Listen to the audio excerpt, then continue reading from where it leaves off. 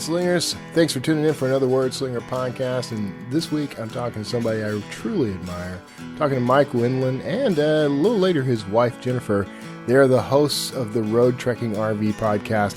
So you're going to want to stick around. I'll see you in just a moment. This episode of the Word Slinger podcast is brought to you by Draft to Digital. Convert your manuscript, distribute it online, and get support the whole way at drafttodigital.com. It's the Word Slinger Podcast, where story matters. Build your brand, write your book, redefine who you are. It's all about the story here. What's yours? Now, here's the guy who invented pants optional, Kevin Tomlinson, the Word Slinger. Word Slinger. Hey, thanks for tuning in. I am Kevin Tomlinson, the Word Slinger. I don't make any bones about that. Now, I'm glad you're here because this week I'm talking to Mike and a little later his wife Jennifer Wendland. Jennifer dropped in toward the end of the interview.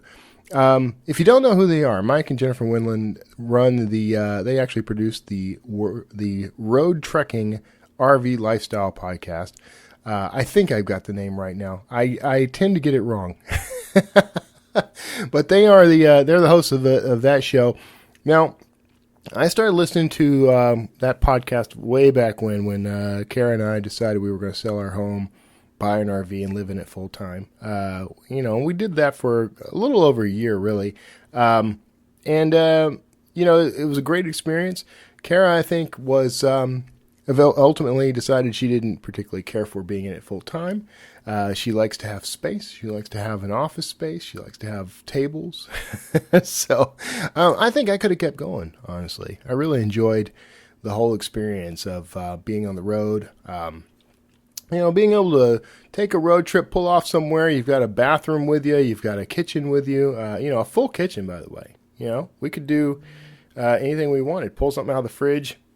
Pull something out of the freezer. I had an ice maker. I could prepare a meal on the road. I got a microwave, a convection oven. I got a gas stovetop, full sink, full bathroom, full shower, full size bed. I mean, I had it all.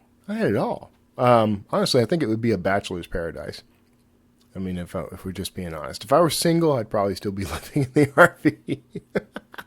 It's probably good I still own it because every now and then I think I take Kara off enough that she would throw me out and probably make me live in the thing. So, there's a lot going on. I didn't get a chance to tell you this in the last podcast. Now, there's a new format.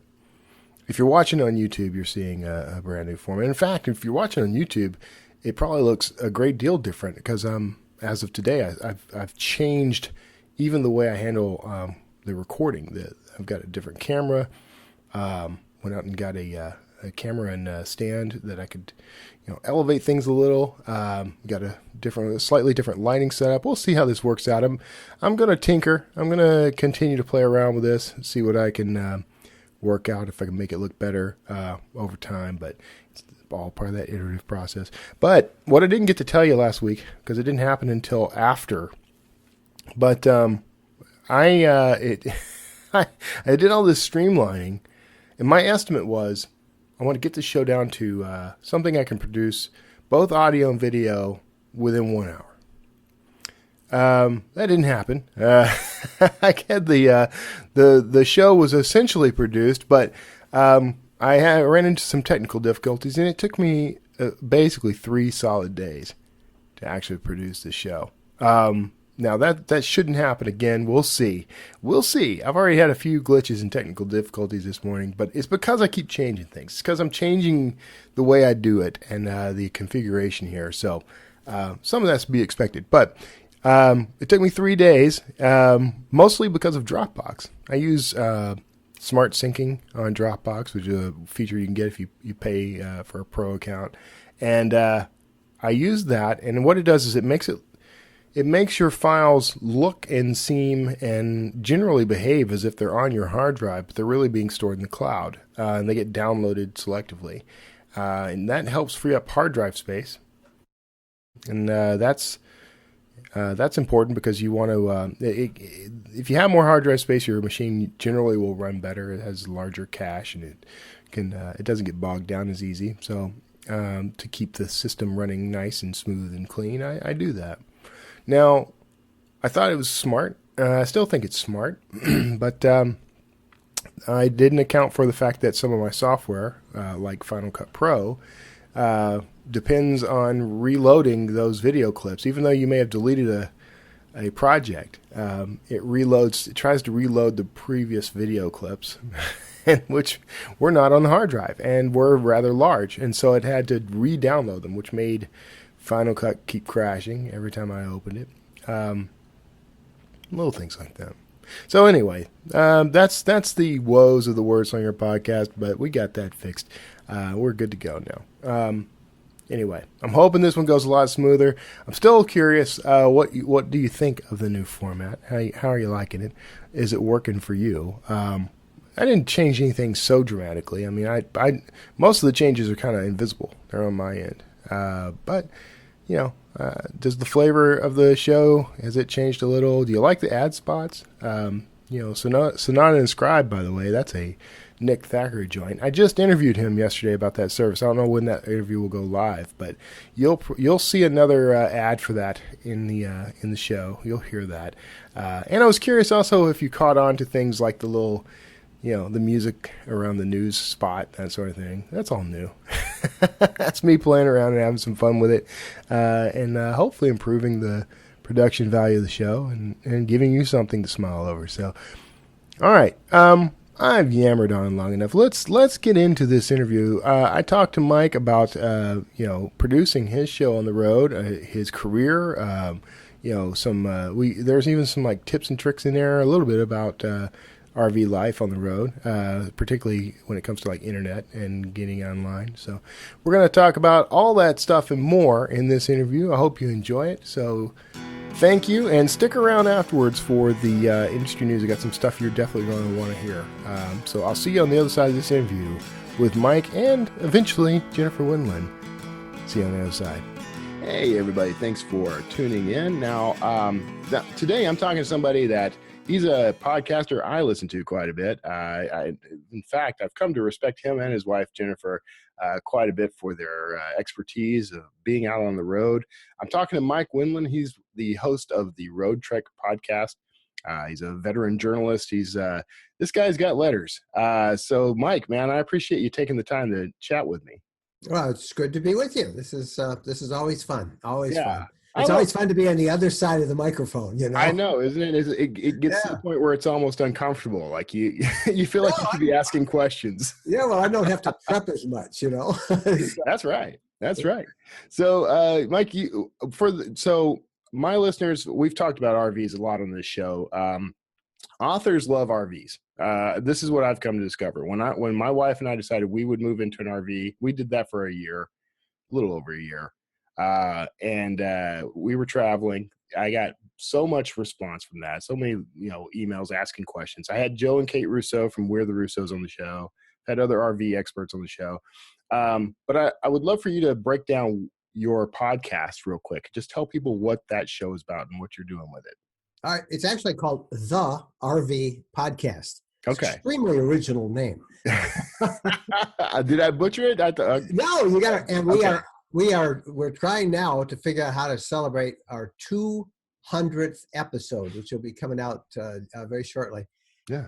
And that means I have never missed a deadline in 200 weeks, including bad internet, hospital stays. I've done it all together. But the podcast, I almost have to go way back to the whole story of how I got into writing and reporting and podcasting and doing videos about the RV lifestyle, because my background is that of a journalist, a writer. I've written 5 books, and most of my career is caught up in big daily newspapers, and I still do a weekly NBC technology report, but I was always on the road.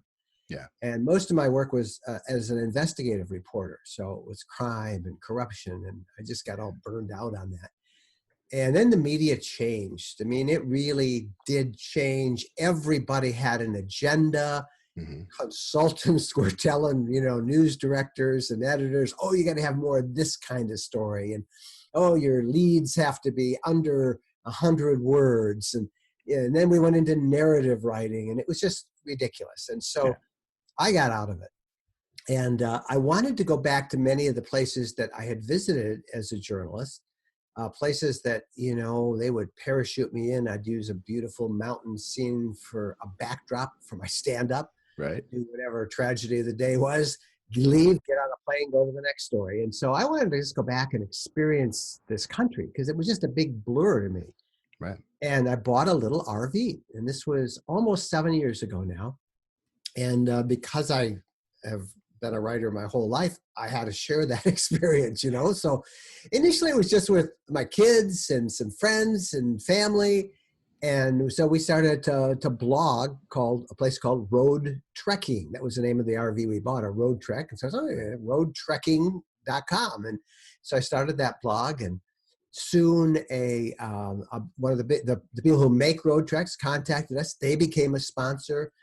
Because I did a lot of technology stuff, Verizon Wireless became a sponsor, and it just grew and grew. And out of that came the podcast, and then the video channel, and a newsletter. And, all this stuff that we do now to be independent and location independent and have to survive in this world, we have to be able to do all those things. So I have all those different platforms, but the podcast is probably the subject of the most joy because you can spend more time on it.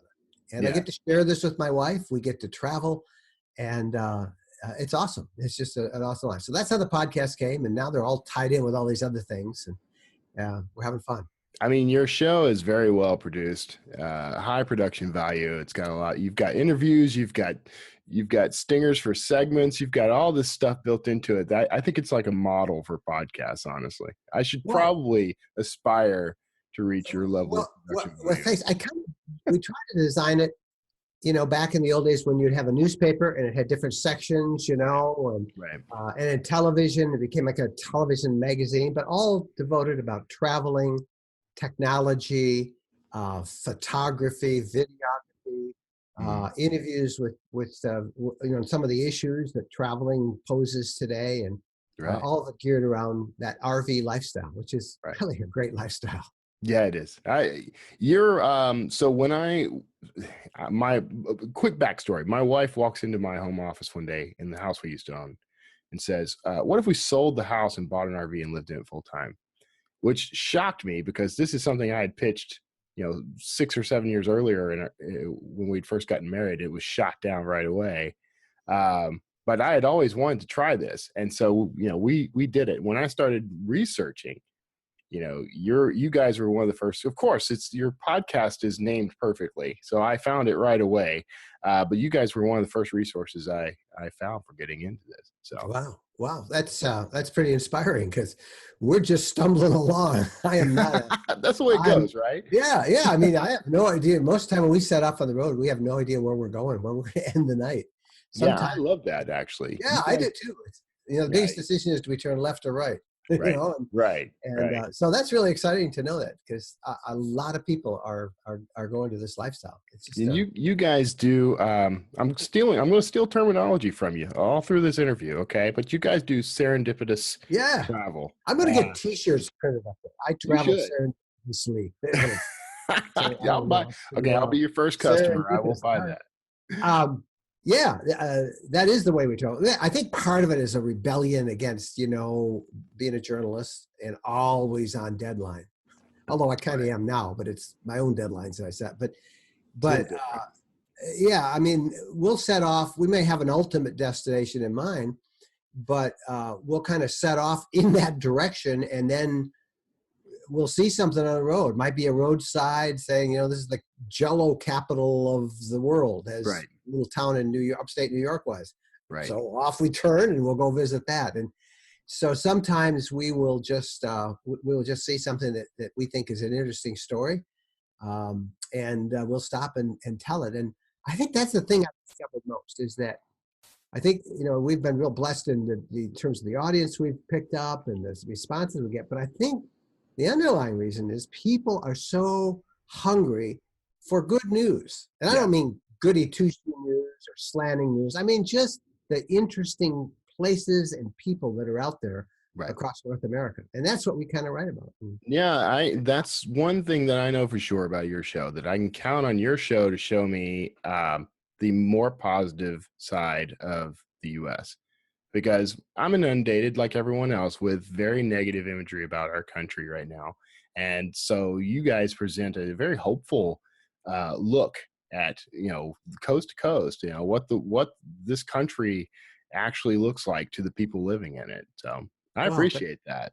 That's a real compliment. That's kind of what we hope to do. I mean, it's just so many fascinating places. And then as a creative type, you get, the other thing I have is every town has a story, and that is so true. Yeah. I'm now at the stage, and I'm actually thinking I might try a couple of novels, because almost every place I go, I run into a Christian. For example, we're going out to Montana. Yeah. And we took the northern route, US 2, across this time. And we came to a little town called Havre, Havre. And we were just going to spend the night there and then, move on. And we saw this thing, tour the Havre Underground. It's in Montana. What's that? What turns out, at the turn of the last century, this little western town, which was a melting pot of Oriental workers for the railroads who were kind of ostracized, cowboys who were resenting all the money that was coming in from the wealth of the railroads, and some miners. And so this town was a boom town. Well, it burned down in December of that year. And what do you do in the middle of nowhere? And so they built underground. They literally built this underground city and lived under there as they waited for spring and to rebuild the town. And you can tour much of it. They built in skylights in the sidewalk that would light the inside of this place. They ran electricity in there. It was just a fascinating story. So, I mean, you can make about 3 novels out of that story. Yeah, no joke, man. Okay. There was a saloon in there, a bordello in there, an opium den in there. They had all of that. And so I said, man, this is a great story. Man, this is why I travel. Every book I've written has come from some trip I've taken, or, some conversation I had while on the road. So that right there, I have to struggle not to completely steal that idea from you, right? Every town has one of those stories, Oak Ridge, Tennessee. I'm looking at a big map over there. Oak Ridge, Tennessee is where they developed the atomic bomb. Yeah. They went into this little place, the government did, and they evicted everybody. They paid them, a fair value for the house, but they evicted the whole place. Then they built the city, and they said it was for some government research project, but it was where they developed the atomic bomb. Right. They built this model city, all these houses. I mean, and nobody knew what it was. Nobody knew what these people were really doing. And you can now tour that. I think, wow, there's another story, and across this country, and city after city, there's little stories like that. So, I usually try and do a video, and then we do pictures and a blog post on it. But this last trip I went, I've come back with 9 stories now I have to edit and get put together. And we're taking off in a couple of weeks for North Dakota or North Carolina. So who knows what's on there. That brings me to the thing that I really wanted to talk to you about, honestly, because for a retired guy, you're the hardest working guy I know. I'm not retired. I thought I was. I know. Yeah. I get that impression. Jennifer added it up the other day, and she said that I am working 60 hours a week. So I said, no, it can't be. But she's right.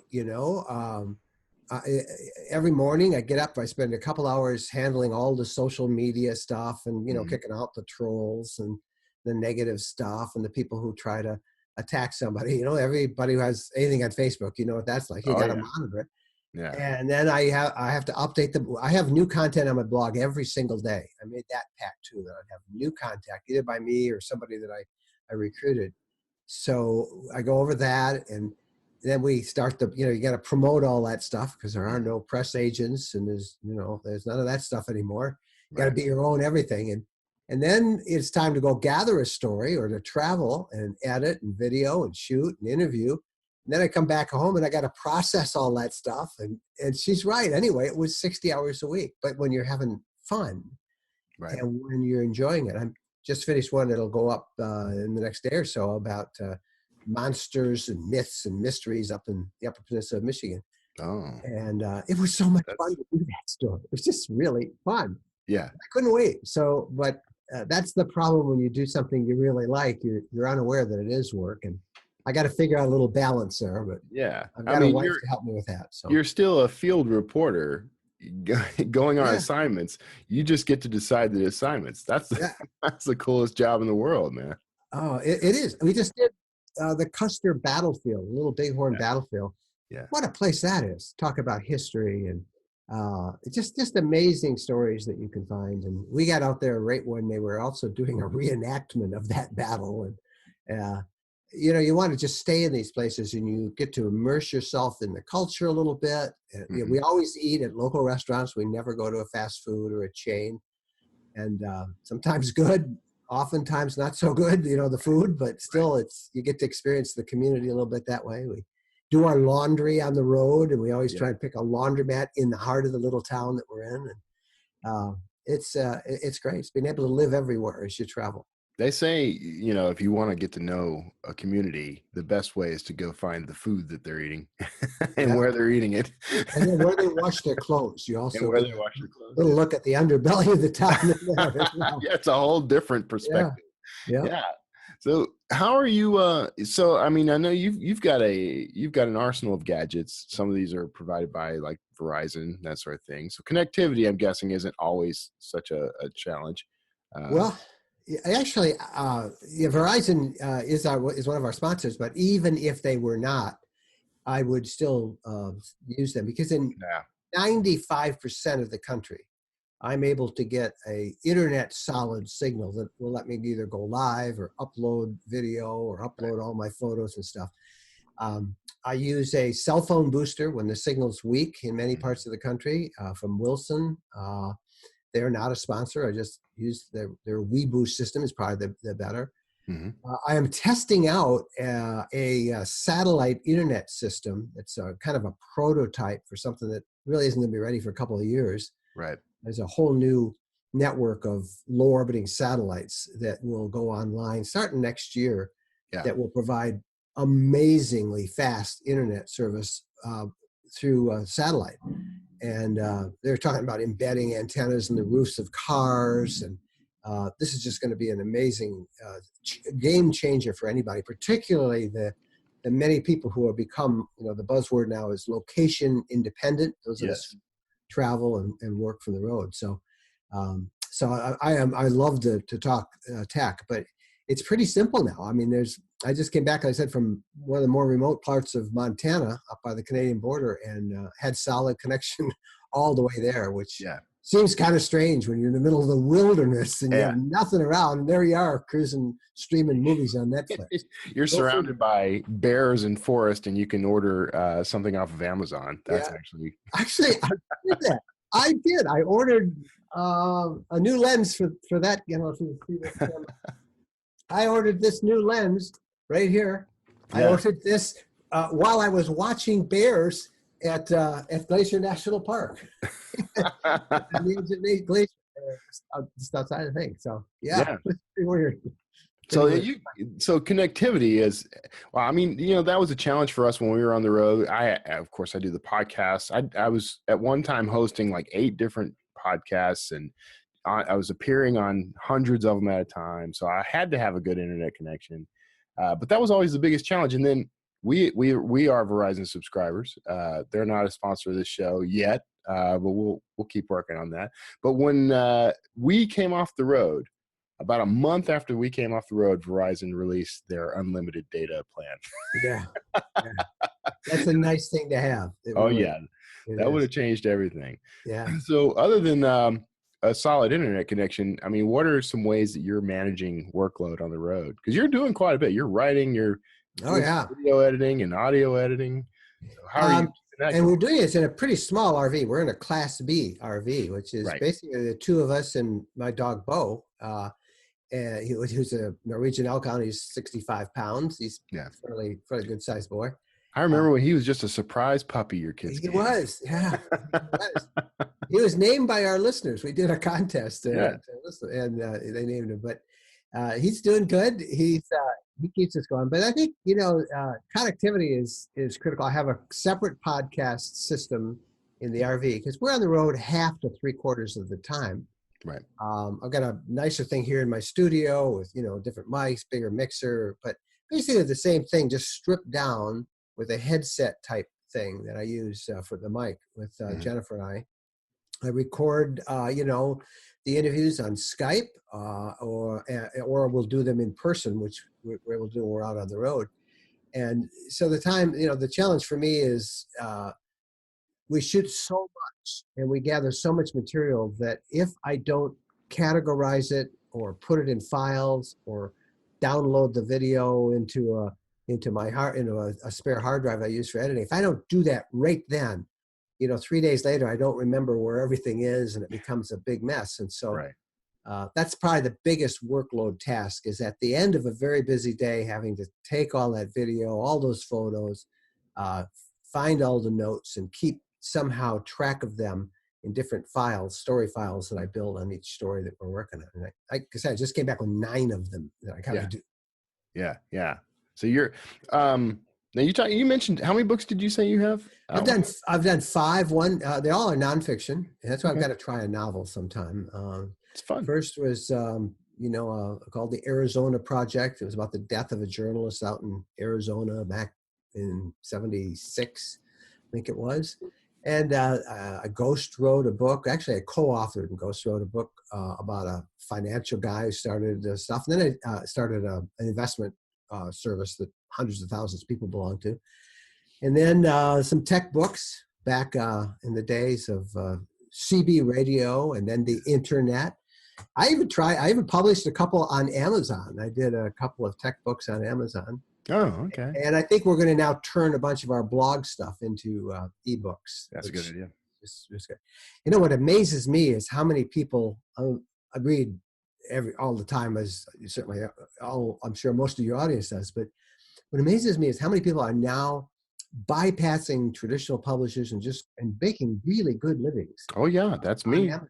Yeah, that's me and a large chunk of my listenership. I just I get all into these military novels, these espionage stuff, the Brad Thor type works, and I just finished the series. The guy's got like 9 books, and one of the books, just really well written books. He's doing really well on Amazon. No hardcovers anywhere, but he's selling a gazillion books, and you all end up learning how to be your own marketer too, which is what I've been doing with this. So that's big. It's kind of interesting to see that industry unfold, the indie publishing industry. And I'm ecstatic to be a part of it. I mean, I had a traditional contract when I first started, but I've gained so much more by owning that career. So when you talk about novels, are you talking about going that route? You're going to self-publish? I have. Well, I read a lot of novels because it's just good to clear your mind of all that stuff. But any book you read, you learn something, and so I have often thought as I travel. I mean, I just named 2 or 3 stories that that could easily be worked into a novel. So I guess the thing would be to find the extra time, because I'd want to devote several hours a day to it. And I don't think I'd have trouble with the story because there's plenty of stories out there. But I think I want to do a novel. I have not done one. That's one I can say I've only written nonfiction, and it'd be kind of nice not to be quite as bound by sequence and facts. That's true. I would. Yeah. You can play a little loose. I still get people who get irate if I get some details wrong. Oh yeah, that's what research is. Yep. Yeah. I've got that part down. I can research very well. So now I'd like to see if I could put it into a novel. You ought to be good at it, man. You're a storyteller. You can just that's what it is. Yeah. Yeah. I'd be excited to see that. I would love to see, like, if you're going to start turning some of those blog posts into ebooks or something, I think that's a brilliant idea, really. I do that for Draft Digital, is the publisher that I work with, that, we publish other people's work. And I do that with some of our blog posts, clean them up, add some material, that sort of thing. But the thing that I like about electronic books in electronic form is that they're current. The the traditional books I did, the hardcover paper. But I wrote it, and it wasn't done for another year before it hit the stands, or I got a box with the books in. I mean, and by that, there's all the stuff I'd like to have added. And with an ebook, you can be up to date, easy to update them. So yeah, I think I've got a list of about a dozen that we're going to probably turn into helpful things, and some guides, travel guides geared towards the people who travel in RVs or tents or campers or whatever they're interested in. I mean, let me know when you're doing that. I'll help you out with some of that stuff. I mean, I can point you in the right direction on like formatting and things like that. We'll get you a series of books out there. Yeah, I think so. I just need more things to do, It's just, that's what I was just thinking. But you're like me. Waste 10 hours, 8 hours a day sleep. I mean, come on. Yeah. I could be doing something. You're like me though.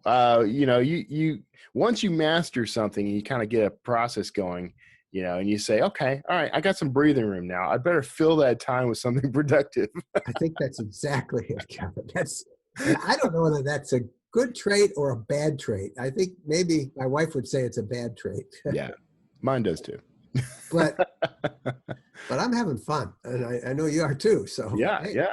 So you've got this podcast has helped, I know, but I mean, you've got a pretty amazing community of RVers. I'm sorry, go ahead. No, I was just going to say, we just added it up the other day, and, from all of our different platforms, Facebook, Twitter, Instagram, where else? YouTube, the blog, newsletter. We have a community of about 550,000. That's a lot. That's a lot of people. Yeah. That's a fantastic platform. Yeah, it is. Yeah, they're all what I've noticed. Now I lurk because I have a tendency to sort of take over conversations. If I get involved in them, I lurk instead and watch, like on your Facebook page. And your community is very helpful within itself, which is a lot like the indie author community. I mean, your community, if there are questions that need to be answered, people pop in and say, I use this, or I've done this. Yeah. They're really helpful. And I think that's true of everybody in whatever niche or interest you have. If you can build a sustaining community and not use social media to exploit them, in other words, not use them as just a name collector or somebody you can spam. Yeah. But if you are part of that community, living that lifestyle, whatever the niche happens to be, you develop a community that almost does your work for you, because they're telling other people about it. They're reading and watching your stuff, but they're also your friends. I mean, we've started out having these gatherings around different parts of the country. Mm-hmm. And it's amazing how many people you meet, and completely different. Any other circle, you probably wouldn't even be friends, right. As diverse a group of people as you can be, politically, ethnically, religiously, everything. But they're all bound together by that one niche, that special interest, and all those other differences are somewhere else. I mean, in my experience, the whole RV community, when you're out there on the road, it was very encouraging to my wife and I, because you get a sense of being sort of alone when you're on the road and you're out in the middle of nowhere, and then you come to one of these, RV parks or a national park or something. You run into other people who are doing the same thing you're doing, and suddenly you've got new friends. And then you meet them, down the road a couple of months later or a year later, and you pick right up wherever you left off. Exactly. And you're staying in touch on social media, and it's become, we use the word community so much now. I'm almost thinking it's family. It's more like a family. That's sort of structured. You got your crazy Uncle Ed over here, and you got, it's fun. It's a good group. Yeah, Uncle Road Skunk. Yeah. Camp Skunk. Camp Skunk. I'm sorry, man. Yeah. I messed that up. Speaking of Camp Skunk, so you talk about this in the opening for the show. You have a network of reporters. How did you build that little network? I'm sure you get it, and any of your listeners do as well. If you have any kind of a blog, you're inundated daily with people saying, hey, I just wrote a story about this. Will you publish it? Or yes. I don't even answer those, because those are people who are just looking for a link or to sell something. So we get all those, but early on, I made friends with the camp skunk, who is fascinating story of his own, as everybody is. Everybody's got a story, but he retired early, worked in government for a number of years, and his wife as well. And they became cynical, and he just had enough, and he quit, bought a small camper van, and he and his wife and their cat live full time in it. Full time. Yeah. And he's a brilliant guy. He's a good mechanic. He's a philosopher, and he's been very helpful for me as I've tried to figure out mechanical or technical issues, and also to our community. So he came on and he started to contribute to the blog, and then gradually other people did. We had a woman who lost her husband and was a widow, and some of the estimates have as many as 30% of RVers out there are solo female travelers who, and she lost her husband as a widow and was kind of using the RV they were going to do that together, but to go see the country and kind of get over the grieving process and see where life was taking her. She's a writer. I have a single woman who writes a lot for us. Then we've got a couple of different people in different stages of life, but I kind of vet them all myself. Nobody gets any money. They do this because they love the lifestyle, and they help out with interesting stories as they come across. So there's kind of like a little network of them now, but all handpicked by me. And so many people have agendas when they approach you to write. So we kind of solicit the ones we know are the real deal. It's the real people living it. Yeah, I've been tempted to throw my hat in that ring. Yeah. When we've been on the road and I've found something, there's immediate impulse for me to record something about it, send it your way. So yeah, maybe next time I'll just do it. Do it. Yeah, just do it. Just do it. Just do it. Yeah. Yeah. So so now we haven't talked much about Jennifer, and that's actually kind of a shame because she's. I could get her down here. I should probably bring her down here and have to yell at her, but she's such a wonderful person. Hey, Jennifer! Hey, Jennifer! Way upstairs. I don't know if I can get her down here. That's fine. You never want to make your co-star your wife. Yeah. Because they're prima donnas. Let me tell you this. Man. My dog is in the picture. I don't think you can. I saw Bo earlier. Yeah. He's looking for her. He hears me yelling. She doesn't hear me, but she's upstairs. And Kara and I, as we tend to have philosophical differences, and so I can't imagine. It actually might make for great radio and TV, honestly, if she and I were to co-host something. Oh, it's fun. I really enjoy doing it because she gives a much better. I don't want to say a softer, but yeah, I guess that is. She gives a little softer reaction to everything. On the podcast, many times I'll start to go off on a tangent, and she'll kind of, go like this or hold her finger up like that. I know what that means. So I stop. But she said she helped me for years. We did a lot of freelance TV, and so she was with me in a lot of that and knows all the production parts of it. And so slowly, I have her doing more and more stuff, and then on camera stuff, and now she doesn't complain most of the time. Some of the time, but not most. Yeah, and that's part of the joy is being able to work and travel with your wife too, with your best friend, your most important person. Yeah, and that's that's one of the things that makes everything you're doing that much more appealing. Is that because we know my wife and I when we travel, there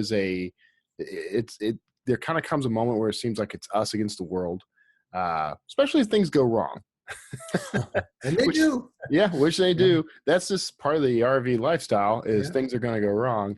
And so she's the one I rely on to keep me level-headed and not blowing up and doing something idiotic. But so it's nice to hear, because a lot of times when I encounter people who are talking about something I'm interested in, it's almost like they're lone gunmen, mavericks running the roads. It kind of started off that way, and she was very, very supportive. She says, well, if you want to do this, go for it, And I said, well, I think I'd like to do a podcast. She says, well, how much more work is that going to be? And I had to explain to her that I really want to do. I love doing that.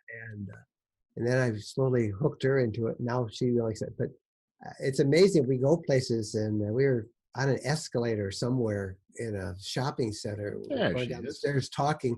Hey, good.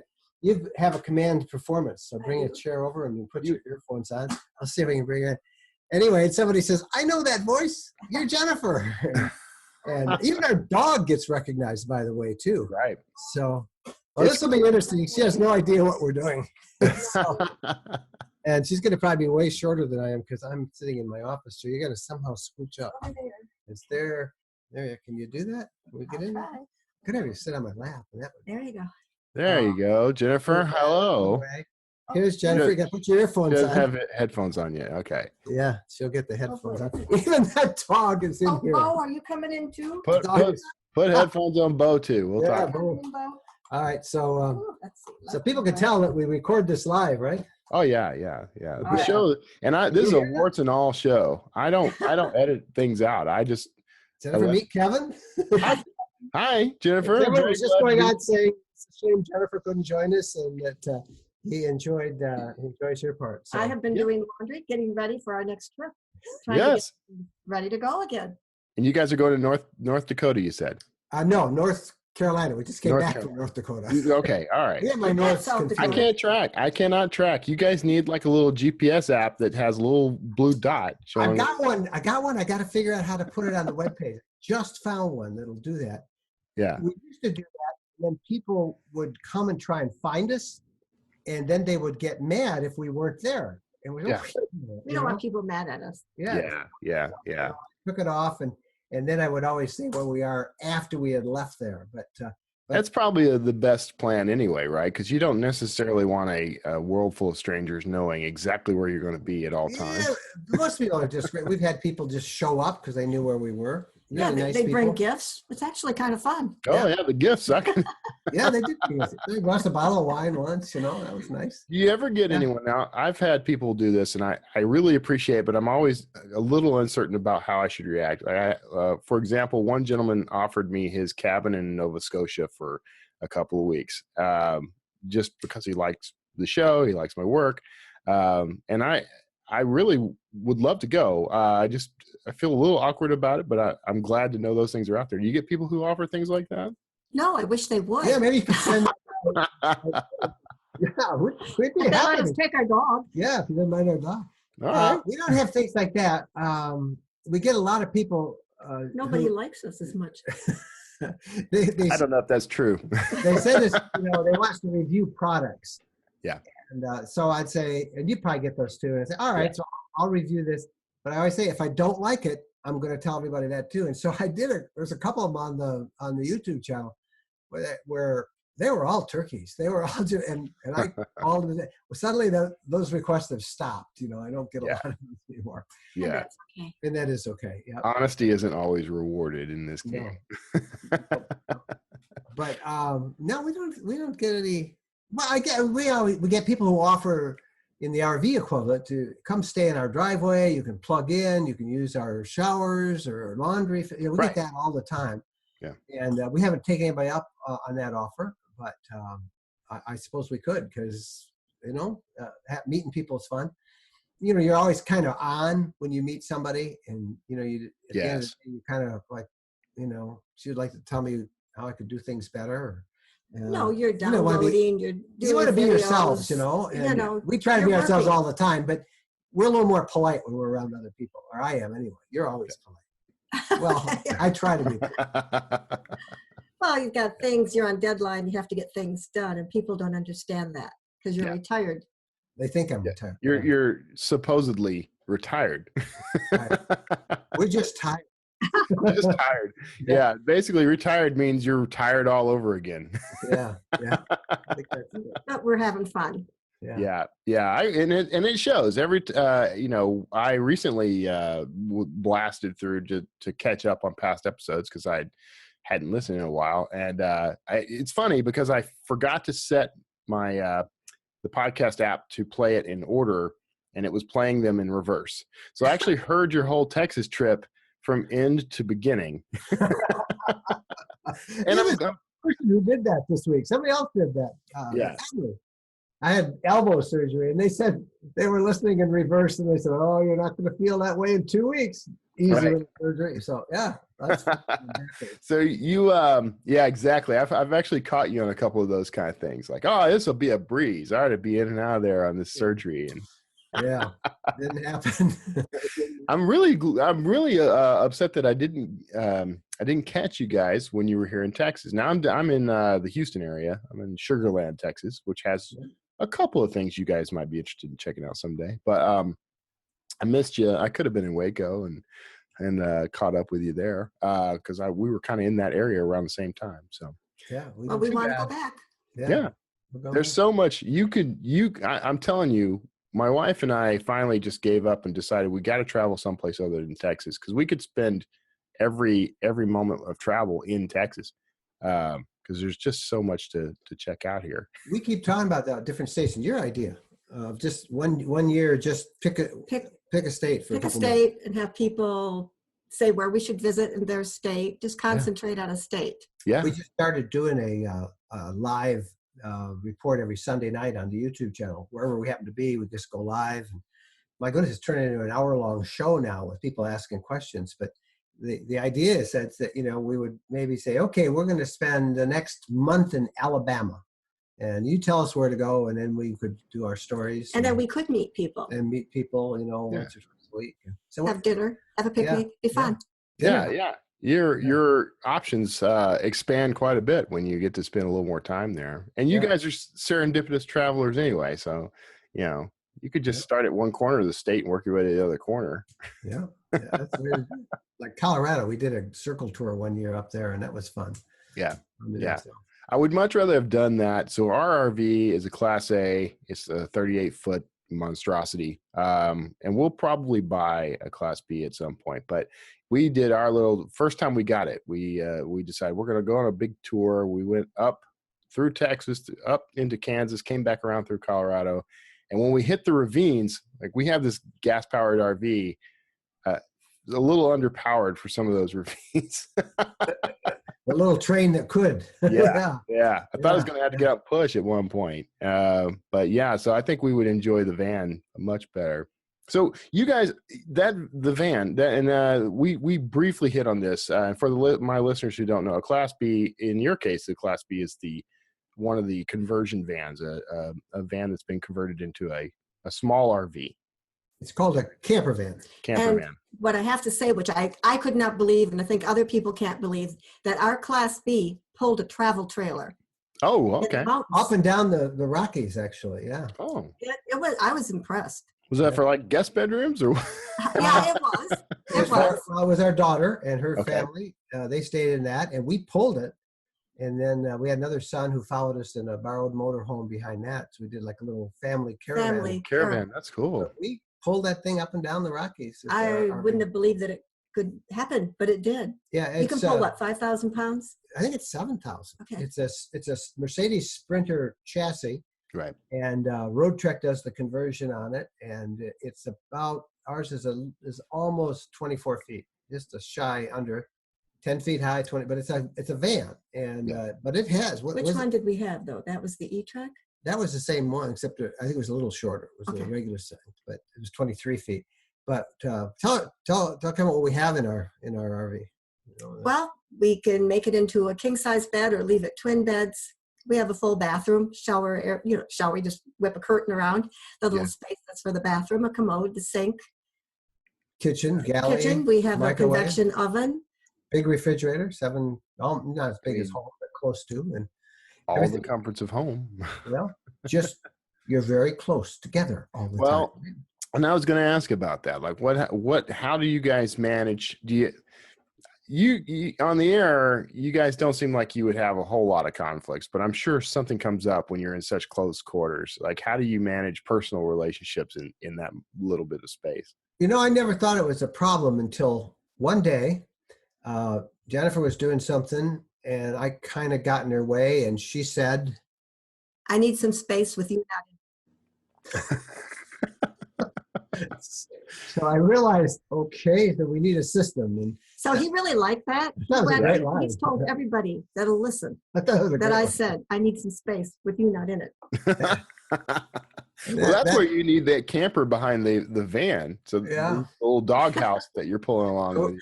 One of our other little slogans is small house, big yard. So Yeah. he just sends me out to the yard. Mike's sister, I don't know if you've already said this, Mike's sister and husband owned 200 acres in northern Michigan.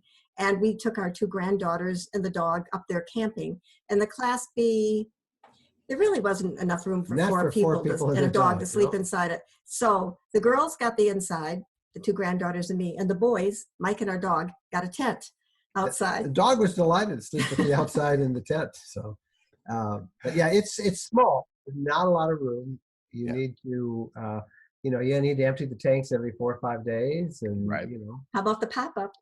Oh, there's a new one out. Yeah, There's a that'll Class sleep B with a 6. pop-up. Yeah, there's a new one You that can sleep Roadtrek makes. 2 It's little called steps. it's a Heimer. Yeah. Heimer Loft, I think it's called Heimer Loft.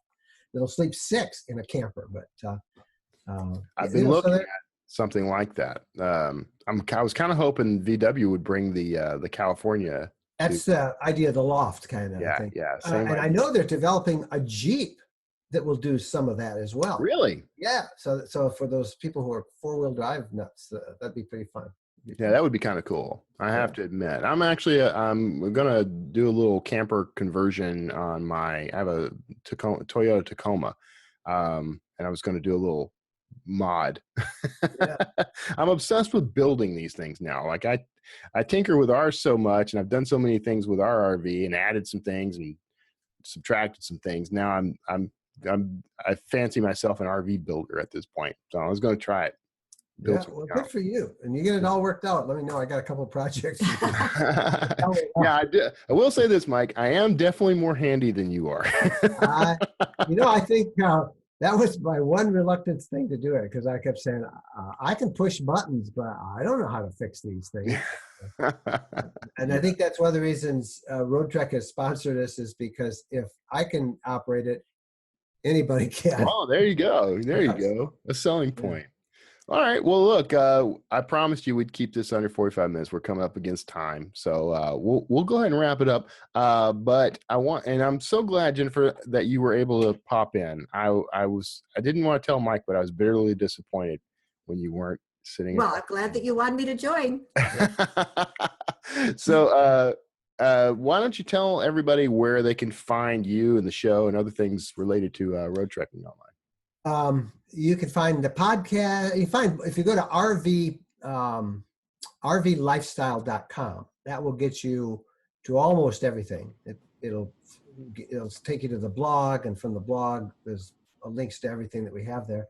If you just want to skip that and go to the YouTube channel, it's rvlifestylechannel.com, rvlifestylechannel.com. or rvlifestyle.com. Either of those will find us. And got some pretty decent domain names sewed up, man. Yeah, I think that's a pretty good name, especially since this is becoming, such a growth industry now, the whole RV idea. Yeah. Yeah. To the point where some of us who were early adopters are kind of scratching our heads wondering where we can go, because we're running out of places to go. Long tail name, Exactly. RV travel across the country for those who can't find a better name.com. All right. Well, thank you so much. Now, everyone out there listening and watching, you stick around. You're probably hearing the groovy theme music right now. You may dance in place at will. Mike and I are going to hang out for a few minutes after this, but you should stick around to hear industry news, some other cool stuff you're going to want to know about. Mike and Jennifer, thank you so much for being part of the show. Thanks. Well, thank you. Nice to be here, Kevin. All right, everybody. We'll see you all on the other side. Hear your book the way it was meant to be heard. With a fully custom soundtrack based on your material. An album of music that perfectly fits your characters, your settings. Hear your book today. SonataInscribe.com. Hey, welcome back. I hope you enjoyed that interview with Mike and Jennifer Wendland. RV stuff is very fascinating to me. The whole idea of being able to carry what you need with you, get on the road, be completely mobile, completely off grid if you want. That's all fascinating to me.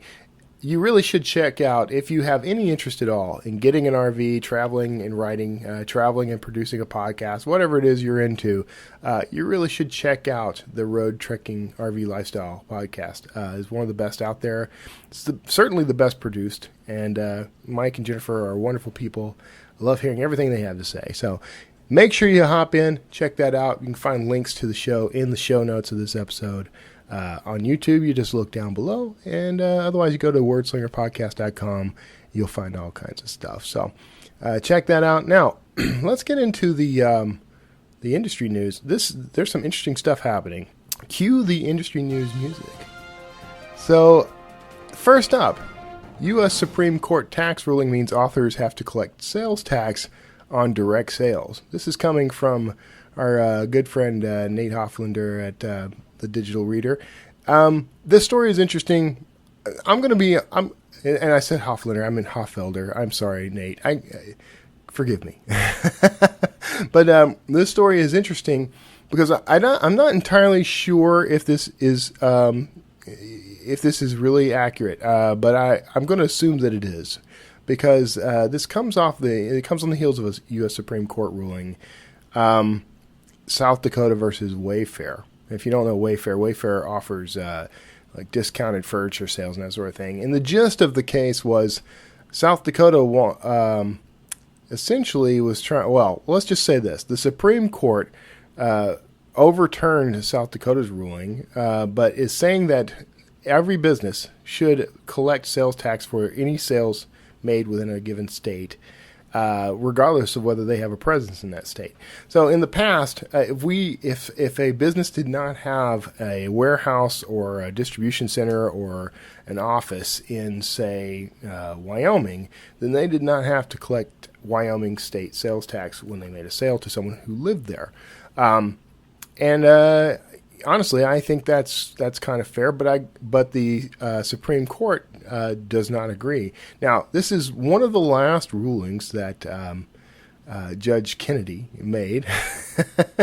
Anthony Kennedy, of course, Justice Kennedy left the Supreme Court, and that's caused all kinds of chaos and controversy we won't get into. But in one of his final decisions before leaving, he decided to overturn the South Dakota State Supreme Court's ruling that said that you did not have to collect sales tax if you were not located in the state. I think, and this comes off of a case, Quillcore versus North Dakota, where it was basically established that unless you had a physical presence in the state, you did not have to collect sales tax from that state, or on behalf of that state. Now, where this impacts indie authors, if you sell direct, let's say you have a website where you're selling copies of your book, either print copies, audiobooks, or ebooks, it doesn't matter. You sell merchandise, you sell T-shirts, you sell autographs, whatever it is you're selling. Now, according to the Supreme Court, you must collect sales tax from the state in which that customer lives.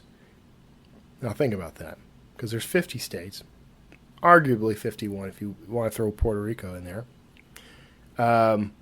And at any given time, you could have someone purchase one of your ebooks from you directly from any one of those states. You could have hundreds of people across all 50 states purchase ebooks or other products from you directly, and you would be responsible for making sure you're collecting sales tax and then making sure the states get that sales tax for every purchase.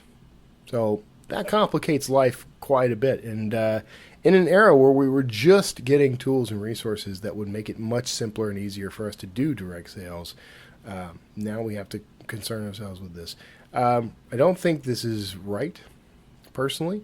If I reside in Texas and I charge a state sales tax for Texas, that makes sense to me. If my business is in Texas and you buy from me, whether it's on the internet or whether it's in person, I should pay taxes on the state in which I reside. But if I have to pay taxes for every little state plus Texas, because Texas is going to want their cut too.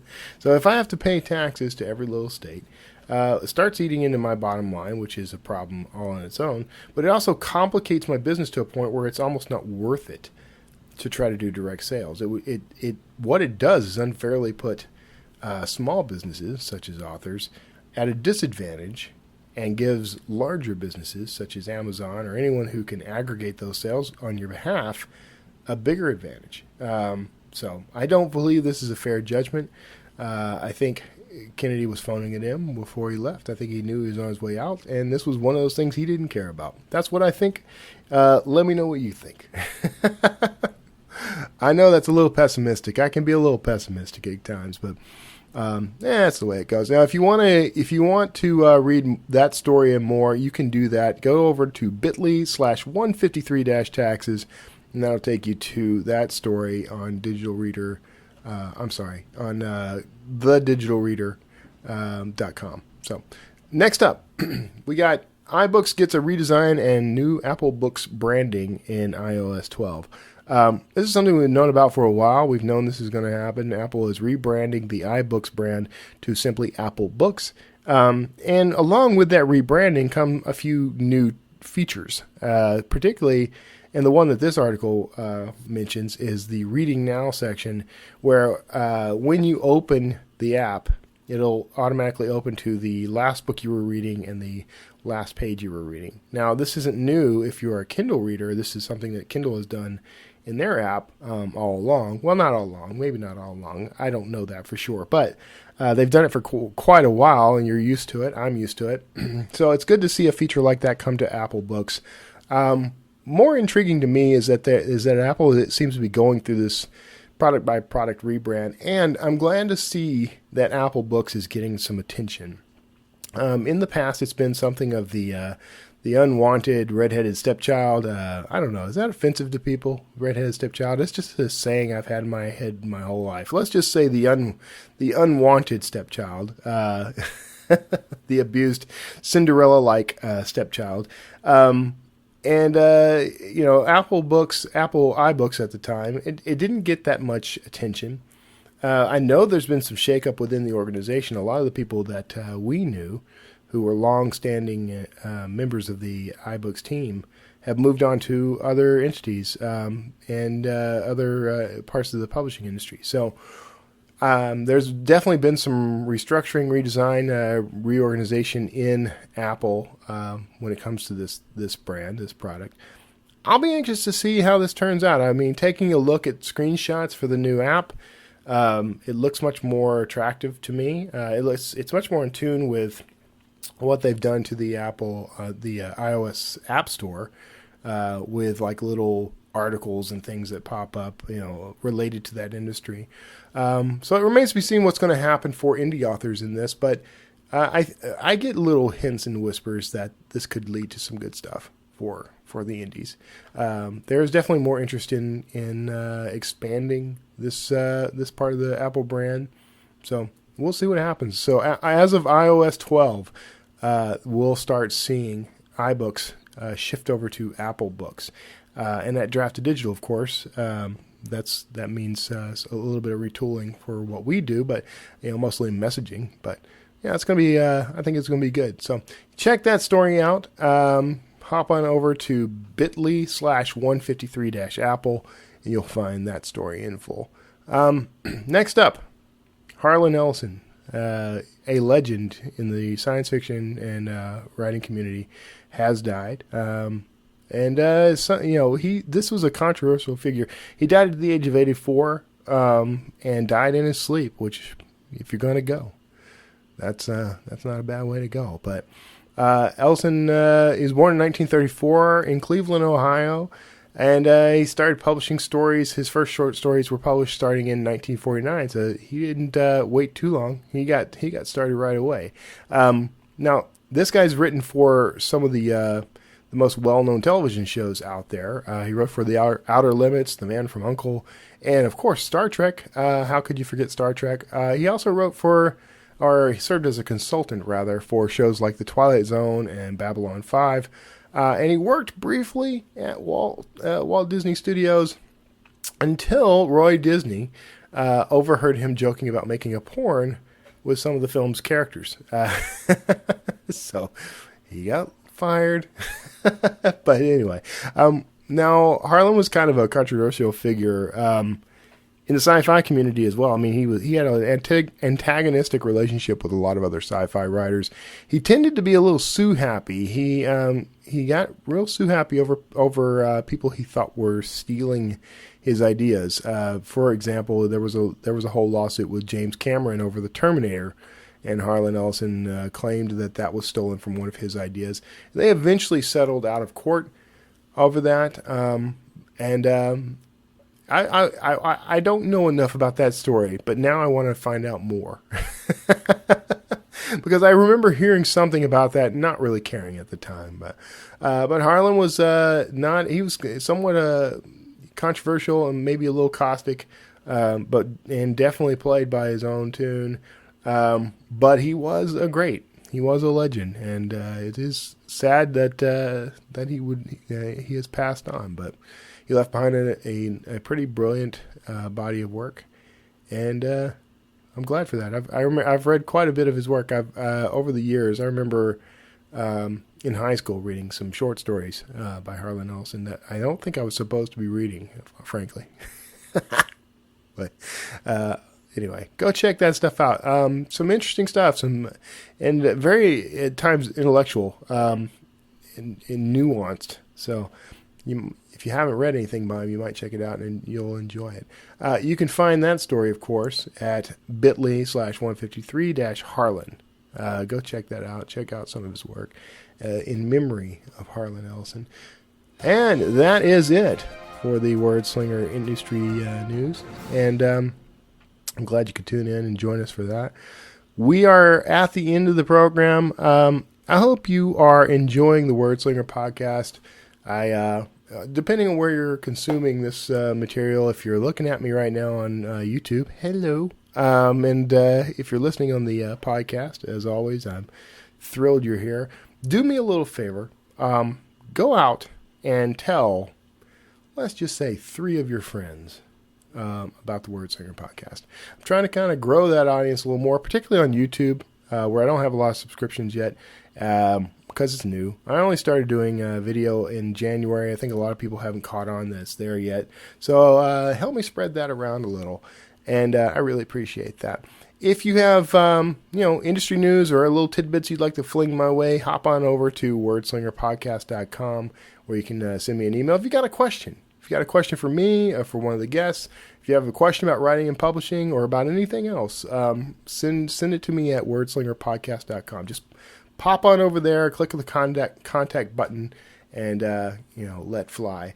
You can also follow us on Twitter. We're at WordslingerPod on Twitter. You can look up Wordslinger Podcast on Facebook.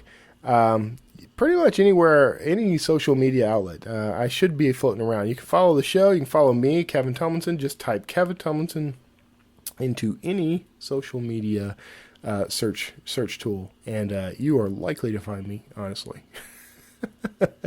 So thanks for that. Thanks for sticking around. I hope you have a wonderful weekend. God bless each and every one of you. Thank you so much for tuning in, being a part of my life, part of my show. These things are they're important to me, and I know they're important to some of you, so I appreciate you taking the time to just spend an hour or so with me. All right. Take care of yourselves, and we'll see you all next time. Hey, thanks for tuning in to the Word Slinger Podcast. Now, you can support this show by visiting wordslingerpodcast.com. That's where you're going to find back episodes, books by me, and links to anything and everything Word Slinger. And be sure to subscribe to this show on iTunes, Stitcher, YouTube, and anywhere else fine podcasts are sold. I'm Kevin Tomlinson. Thanks for tuning in, and we'll see you next time. Word Slinger.